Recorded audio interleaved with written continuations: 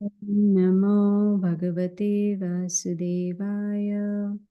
ॐ नमो भगवते वासुदेवाय। ॐ नमो भगवते वासुदेवाय। ॐ अज्ञानतिमिरन्धस्य ज्ञानाञ्जनशलाकया चक्षुरुन्मिलितं येन तस्मै श्रीगुरवे नमः। तो धन्यवाद आप सब आए आज की क्लास में। आज हम पढ़ेंगे सुनेंगे भगवान श्री कृष्ण की और एक लीला के बारे में जो हम श्रीमद् भागवतम के 10वें स्कंद में पढ़ सकते हैं। तो ये जो अध्याय है उसमें बताया जाता है, सुखदेव गोस्वामी परीक्षित महाराज को बताते हैं कि किस तरह से भगवान श्री कृष्ण ने अपने मुंह के अंदर अपनी मैया यशोदा को पूरा संसार दिखाया। पूरा जितना भी क्रिएशन है, पूरा विराट रूप, सब कुछ अपने मुंह के अंदर दिखाया। तो पिछले हफ्ते हमने सुना था तृणावर्त का वध किया था भगवान श्री कृष्ण ने। तो उस वध के बाद जो गोपियां थी उन्होंने एकदम से भगवान श्री कृष्ण को उठाया उस तृणावर्त के शरीर से, ऊपर से, और एकदम से यशोदा मैया और नंद महाराज के पास ले गए। तो भागवतम में श्रील प्रभुपाद जी बताते हैं कि जो यशोदा और नंद बाबा हैं, ये भगवान श्री कृष्ण के नित्य माता पिता हैं। नित्य मतलब हमेशा। ऐसा नहीं कि 5000 साल पहले ही वो भगवान के माता पिता बने, लेकिन वो हमेशा ही भगवान के माता पिता रहते हैं। तो जब भी कृष्ण आते हैं इस धरती पर, तो यशोदा मैया और नंद महाराज भी आते हैं और देवकी और वसुदेव भी आते हैं। सब एक साथ उतरते हैं नीचे। एक साथ मतलब पहले माता पिता आते हैं, फिर भगवान श्री कृष्ण आते हैं। और बताया गया है 10वें स्कंद में कि ये जो यशोदा मैया, नंद महाराज, देवकी, वसुदेव, ये भगवान श्री कृष्ण के उनके खुद के शरीर, निजी शरीर के विस्तार हैं, जिसे हम ना एक्सपेंशंस कहते हैं। तो अब तृणावर्त का तो वध हो गया। तो उसके बाद जो वसुदेव हैं, उन्होंने गर्ग मुनि, जो बहुत ही प्रसिद्ध मुनि है, गर्ग मुनि से रिक्वेस्ट किया कि आप प्लीज नंद महाराज के घर में जाइए और जो वहां पर दो पुत्र हैं जिन्हें हम जानते हैं कृष्ण और बलराम, जो दो पुत्र हैं उनका नामकरण करिए। तो गर्ग मुनि आए, गोकुल में आए, और जब वो आए तो नंद महाराज बहुत ही प्रसन्न हो गए और वो चाहते थे कि गर्ग मुनि उनके जो दो पुत्र हैं, एक तो रोहिणी का पुत्र और ये उनका खुद का जो पुत्र है, उनका नामकरण किया जाए।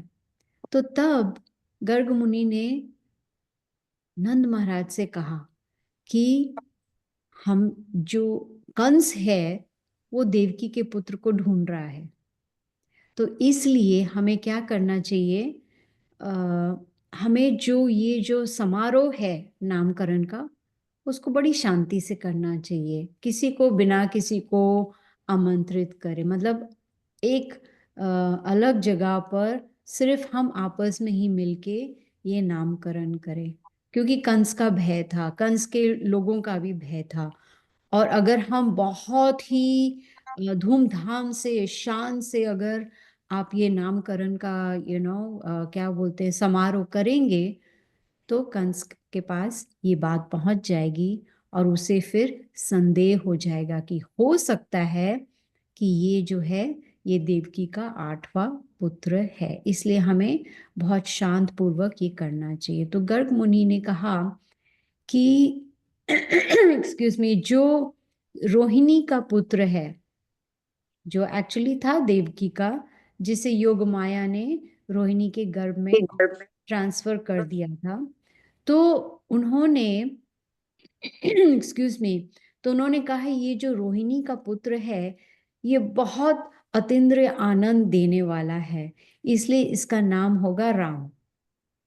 और क्योंकि इसमें बहुत ही ज्यादा शक्ति है, इसलिए इसका नाम ये भी हो सकता है बलदेव या बलराम। और क्योंकि ये यदु, जो यदु कुल के लोग हैं उनको आकर्षित अपनी ओर करता है अपने उपदेशों से, इसलिए इनका नाम संकर्षण भी है। और ये जो दूसरा पुत्र है, जो यशोदा का पुत्र है, उसका नाम है कृष्ण। तो ये गर्ग मुनि ने ये नामकरण किया कृष्ण और बलराम का। और साथ में गर्ग मुनि ने नंद महाराज और यशोदा को ये भी बताया कि ये जो पुत्र है जिसका नाम अभी कृष्ण रखा गया है, ये कई रंगों में आ चुके हैं। मान लो हमें कोई कहता है कि आपका पुत्र अलग अलग रंगों में आ चुका है, तो हम सोचेंगे ये क्या बोल रहे हैं। तो गर्ग मुनि ने बताया कि सत्य युग में ये सफेद रूप में आए थे, और वो उनका जो अवतार था उसका नाम था हंस। हंस। और ये हम 11वें स्कंद में इसके बारे में हम पढ़ सकते हैं। फिर त्रेता युग में ये लाल रंग में आए थे और इनका नाम था यज्ञपति। शिल प्रभुपाद ने 1972 में जून में एक पत्र लिखा था सूरज श्रेष्ठ प्रभु को। उसमें उन्होंने बताया था कि त्रेता युग में भगवान श्री कृष्ण लाल रंग में आए थे और उनका नाम था यज्ञपति। अब इस द्वापर युग में वो काले रूप में आए हैं जिनका नाम है कृष्ण। लेकिन एक दूसरे द्वापर युग में वो हरे रंग में आए थे भगवान रामचंद्र के रूप में। और कलयुग में पीला पीला रंग था उनका। पीला रंग ऑफ कोर्स होगा, अभी तो कलयुग आया नहीं था, वो द्वापर युग था। पीला रंग होगा और वो है चैतन्य महाप्रभु। लेकिन अब जो आए हैं, ये जो पुत्र आया है आपके घर में, इनके अंदर सारे अवतार समाहित हैं। ऑल इनकारनेशंस टुगेदर, ये सब भगवान श्री कृष्ण के अंदर है। भगवान श्री कृष्ण स्वयं ही कारण है सब अवतारों का। जैसे हमने पढ़ा है ब्रह्म संहिता में, ब्रह्मा जी कहते हैं ईश्वर परम कृष्ण सच्चिदानंद विग्रह अनादिर आदिर गोविंद सर्व कारण कारणम, ये सब कारणों के कारण है। और उन्होंने ये भी कहा नंद महाराज से कि क्योंकि अभी ये इनडायरेक्टली बताया, क्योंकि ये वसुदेव के पुत्र हैं इसलिए इनका नाम वासुदेव भी है। और इनकी बहुत सारी लीलाएं हैं और उन लीलाओं के आधार पर इनके बहुत सारे नाम भी हैं। और देखना, ये जैसे ही बड़े होंगे ये बहुत ही खूबसूरत, बहुत ही ऐश्वर्य, सब कुछ इनके पास होगा। इनका ऐसा होगा जैसे कि स्वयं भगवान धरती पर पधारे हैं। अब वो डायरेक्टली नहीं बताना चाहते थे नंद महाराज को कि ये भगवान है, क्योंकि अगर वो बता देते ये भगवान है तो फिर जो पिता की भावना होती है, माता की भावना होती है, फिर वो एंजॉय नहीं कर पाएंगे, रेलिश नहीं कर पाएंगे, राइट। फिर तो यशोदा माई कहेगी अरे मेरा पुत्र तो भगवान है, चलो मैं इसकी पूजा कर लेती हूँ, या इनको मैं मंदिर में स्थापित कर लेती हूँ और इनको तो वो जो आपस में जो प्रेम है माता पिता का और पुत्र का, फिर वो एंजॉय नहीं कर पाएंगे। इसलिए इनडायरेक्टली जो गर्ग मुनि है वो बता रहे थे कि ये जो आपका पुत्र है बिल्कुल नारायण की तरह है, इसलिए इसे आप बहुत ही सुरक्षित रखना, बहुत ध्यानपूर्वक। और उसके बाद गर्ग मुनि वहां से चले गए। अब कृष्ण और बलराम दोनों, उन्होंने घिसटना शुरू किया, जैसे ना क्रॉलिंग जिसको बोलते हैं जमीन पर, वो शुरू कर दिया। और ऐसे घिसटते घिसटते वो गौशाला पहुंच गए। और वहां क्या करते हैं, वहां जो बछड़े हैं उनकी पूंछ पकड़ लेते हैं। और क्योंकि पूंछ पकड़ लेते हैं तो नेचुरली बछड़े थोड़ा वो हो जाएंगे, क्या बोलते हैं, अरे ये कौन, क्या किसने हमें पकड़ लिया, तो वो भागना शुरू कर देते हैं। तो जैसे जैसे बछड़े भागते हैं तो ये कृष्ण बलराम उनकी पूंछ पकड़ के मट्टी में उनके पीछे पीछे क्या बोलते हैं उसको, पीछे ऐसे फिसलते हुए जाते हैं, जैसे ना जमीन पे। घसीटना। हाँ, घसीटते हुए, घसीटना। हाँ घसीटते हुए। बिल्कुल बिल्कुल। तो बछड़े की पूंछ पकड़ के वो घसीटते घसीटते वो जा रहे हैं, और बड़ा मजा उनको आता है ऐसा करने में। और वहां पर गोबर भी है, मिट्टी भी है, सब में लोटपोट होते हुए वो ऐसे बछड़े के साथ खेलते हैं। तो यशोदा और रोहिणी जब ये देखते हैं तो वो इतने प्रसन्न हो जाते हैं ये सब देख के, कि वो सबको बुलाते हैं, आओ आओ आओ, देखो ये दोनों बच्चे क्या कर रहे हैं। और सब वहां खड़े होके बहुत उनको आनंद आता है। फिर कुछ समय बाद कृष्ण और बलराम चलना शुरू करते हैं। जैसे ना छोटे बच्चे होते हैं, पहले वो क्रॉलिंग करना शुरू करते हैं, उसके बाद में वो खड़े हो जाते हैं और फिर चलना भी शुरू कर देते हैं। तो जैसे ही कृष्ण बलराम ने सीख लिया अपने पैरों पर चलना, तो उन्होंने भागना शुरू कर दिया और बड़े नटखट बन गए। क्या करते थे वो, जो गोपियां हैं वो आके यशोदा मैया से आके उनकी शिकायत करती थी कि आपके ये पुत्र कैसे हैं कृष्ण और बलराम, ये देखो तो क्या कर रहे हैं। हम अपने गायों का दूध निकालने जाने के पहले ही ये वहां पर पहुंच जाते हैं, और जो बछड़े हैं उनको खोल देते हैं ताकि बछड़े जाके सारा दूध पी ले गाय का। फिर हमारे लिए कुछ बचता ही नहीं है। तो हम दूध और दूध से माखन और दही हम कैसे बनाएंगे। तो बहुत ही नटखट हैं। अब ये शिकायत तो कर रही हैं, लेकिन उनको आनंद भी आता है ये सब देख के, कि बच्चों को छोड़ दिया, दूध पूरा पी लिया, अब उनके पास कुछ दूध बचा नहीं है। और गोपियां कहती जब हम इनको पकड़ लेते हैं, इनको डांटते हैं और इनको कहते हैं कि तुम चोर हो, कि भाई तुम पूरा हमारा मक्खन चुरा लेते हो, खुद भी खाते हो और बंदरों को भी खिला देते हो। और जब बंदरों का पेट भर जाता है, तब ये जो बच्चे हैं ये दोनों पत्थर उठाते हैं, क्योंकि मटके जो हैं वो ऊपर जो लटके हुए हैं उनको ये फोड़ देते हैं। फोड़ के पूरा मक्खन दही सब कुछ नीचे गिर जाता है, और फिर से ये वो चोरी करने लगते हैं। अब हम इनसे तंग आ गए हैं। तो कृष्ण कहते हैं, आपने मुझे चोर कहा, मैं चोर नहीं हूं, मैंने कोई चोरी नहीं की। लेकिन कृष्ण ये भी जानते हैं कि इन सबको बहुत आनंद आता है ये सब देख के, कि कृष्ण माखन को चुरा रहे हैं।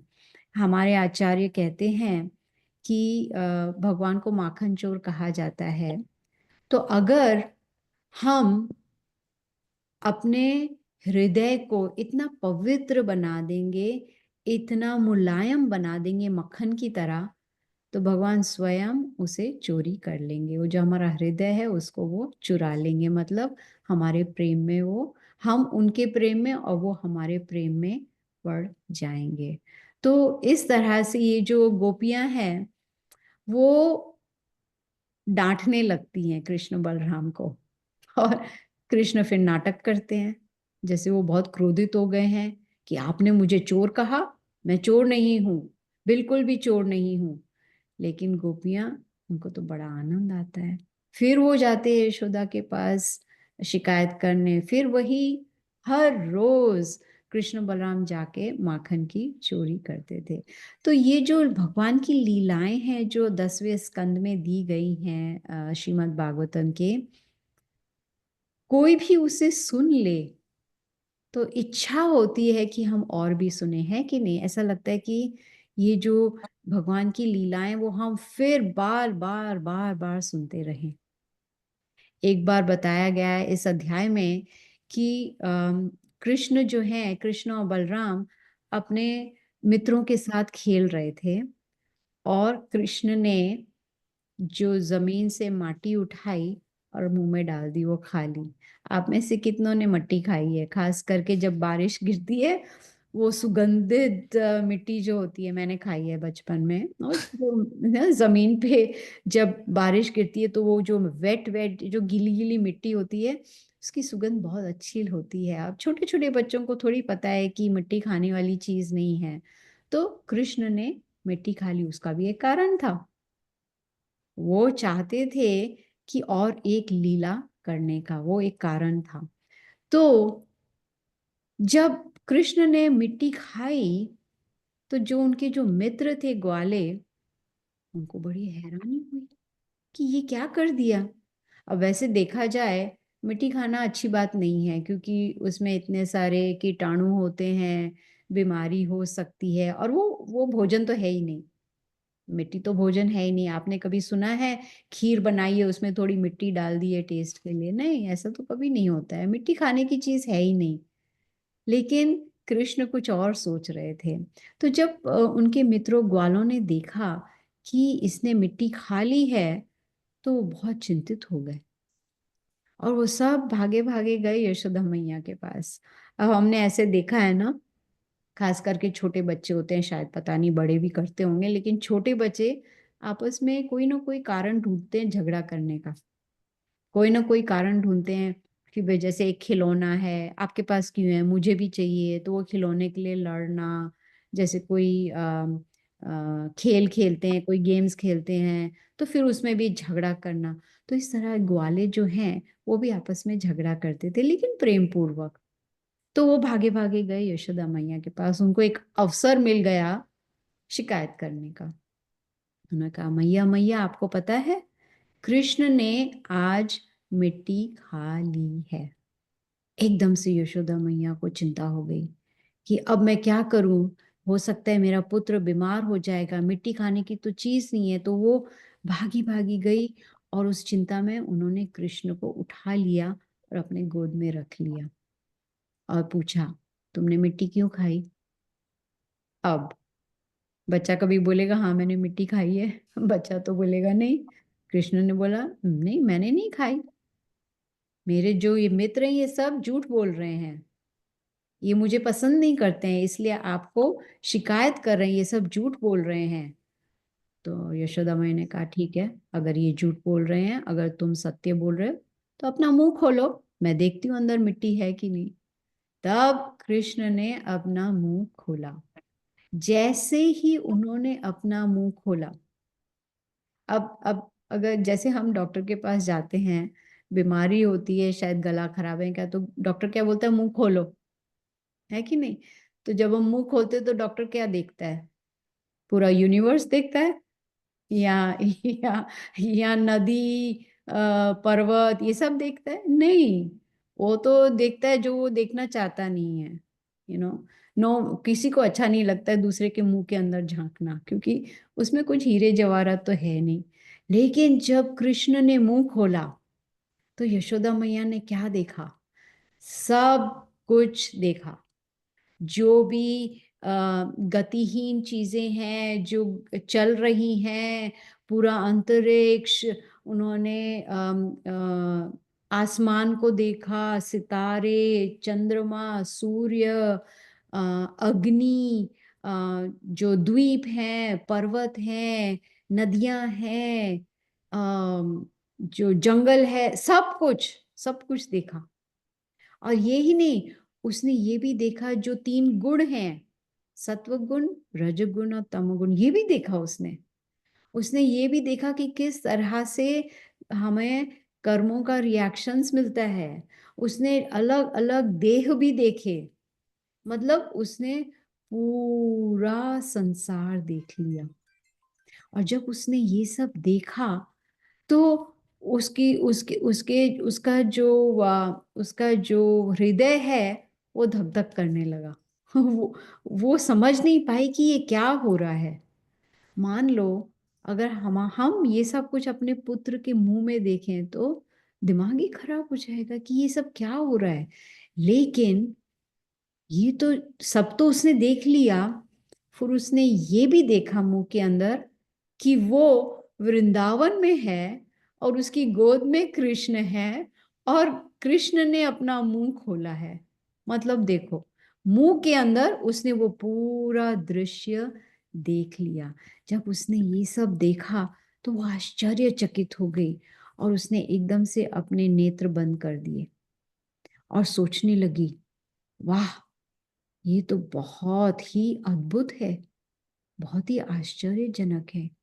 लेकिन फिर उसे संशय होने लगा, और उसे फिर थोड़ा डर भी लगने लगा कि ये सत्य में है कि ये स्वप्न है, क्या मैं स्वप्न देख रही हूँ? लेकिन जब उसे लगा कि नहीं, ये तो स्वप्न नहीं है, तो उसने एकदम से भगवान को अपने आप को समर्पित किया, वो प्रार्थना करने लगी, क्योंकि वो घबरा गई थी कि ये सब क्या है। एक छोटे से बालक, मेरे पुत्र के मुंह के अंदर सारा संसार कैसे समाहित हो सकता है। ये हमने सीखा है भगवत गीता में 10वें अध्याय तक भगवान यही बता रहे हैं कि हम सर्वस्य प्रभुवो मतः सर्वम प्रवर्तते, कि सब कुछ मेरे में से ही उत्पन्न होता है, सब कुछ मुझ में से ही बाहर आता है। I am the cause of all causes, ये भगवान ने हमें सिखाया है। और 11वें अध्याय में तो उन्होंने विराट रूप भी दिखा दिया अर्जुन को। तो यही विराट रूप जो है वो यशोदा मैया ने कृष्ण के मुंह के अंदर देखा। लेकिन एकदम से जो भगवान की योग माया है, उसने यशोदा को ये सब कुछ भुला दिया, वो सब कुछ भूल गई। क्योंकि अगर वो नहीं भूलती, अगर उसको स्मरण रहता कि उसने क्या क्या देखा है अपने पुत्र के मुंह में, तो फिर वो सोचने लगी कि ये तो नारायण है। फिर वो अपना जो उसका रिश्ता है, जो प्रेम का रिश्ता है अपने पुत्र से, फिर वो स्थापित नहीं कर पाती। इसलिए योग माया के कारण वो सब कुछ भूल गई और फिर वो बिल्कुल मग्न हो गई अपने पुत्र के प्रति स्नेह में, और उसका स्नेह और भी बढ़ गया। हम पूछेंगे किसी भी माता से, वो कभी ऐसा नहीं कहेगी कि मैं अपने बच्चों को कल से आज कम प्रेम करती हूँ, कोई नहीं बोलेगी, क्योंकि वो प्रेम कभी कम होता नहीं है। जो माँ का प्रेम होता है वो हर वक्त बढ़ता ही जाता है। तो उसी तरह यशोदा मैया भी बहुत ही मग्न हो गई कृष्ण के स्नेह में। तो सुखदेव गोस्वामी कहते हैं कि देखो ये यशोदा मैया और नंद महाराज कितने भाग्यशाली हैं। और वो परीक्षित महाराज को बताते हैं कि ये जो दो हैं, नंद महाराज और यशोदा मैया, ये एक्चुअली द्रोण और धरा है। आपने सुना है द्रोण और धरा के बारे में? द्रोण जो है उनकी पत्नी धरा, और द्रोण और धरा ने पिछले जन्म में ब्रह्मा जी की बहुत स्तुति की थी, और ब्रह्मा जी से उन्होंने आज्ञा भी ली थी कि हम इस भौतिक जगत में जन्म लेना चाहते हैं, और फिर चाहते हैं कि भगवान जो हैं वो धरती पर पधारे। और उनका लक्ष्य, वो जानते थे कि भगवान का लक्ष्य था कि धरती पर आकर सबको भक्ति के बारे में सिखाए। वो भक्ति फैलाना चाहते थे और ये ही उनका अंतिम लक्ष्य था। तो ये जो व्यक्ति, जो लोग हैं इस भौतिक जगत में, ताकि उनका उद्धार हो सके, किस प्रकार से? सिर्फ भक्ति योगा से। तब ब्रह्मा जी ने कहा कि हाँ, मैं आज्ञा देता हूँ, आप जाइए इस भौतिक जगत में। और फिर वो आए कहाँ? वृंदावन में, नंद महाराज और यशोदा मैया के रूप में। और उन्होंने कृष्ण और सुतपा की तरह बहुत सारी तपस्या नहीं की थी। आपको याद है मैंने शुरू शुरू में बताया था कि जब भगवान श्री कृष्ण प्रकट हुए थे उसके पहले उन्होंने बताया था देवकी और वसुदेव को कि आप पहले प्रश्नी और सुतपा थे, आपने बहुत कड़ी तपस्या की थी, और तब आपने मुझसे एक वरदान मांगा था कि मैं आपके यहाँ पुत्र के रूप में प्रकट हूँ। तो लेकिन यशोदा मैया और नंद महाराज ने कोई तपस्या नहीं की, फिर भी उनको कृष्ण जो है वो भगवान श्री कृष्ण स्वयं उनको पुत्र के रूप में प्राप्त हुए। कितने भाग्यशाली हैं नंद महाराज और यशोदा मैया। और वो भगवान के नित्य माता पिता हैं।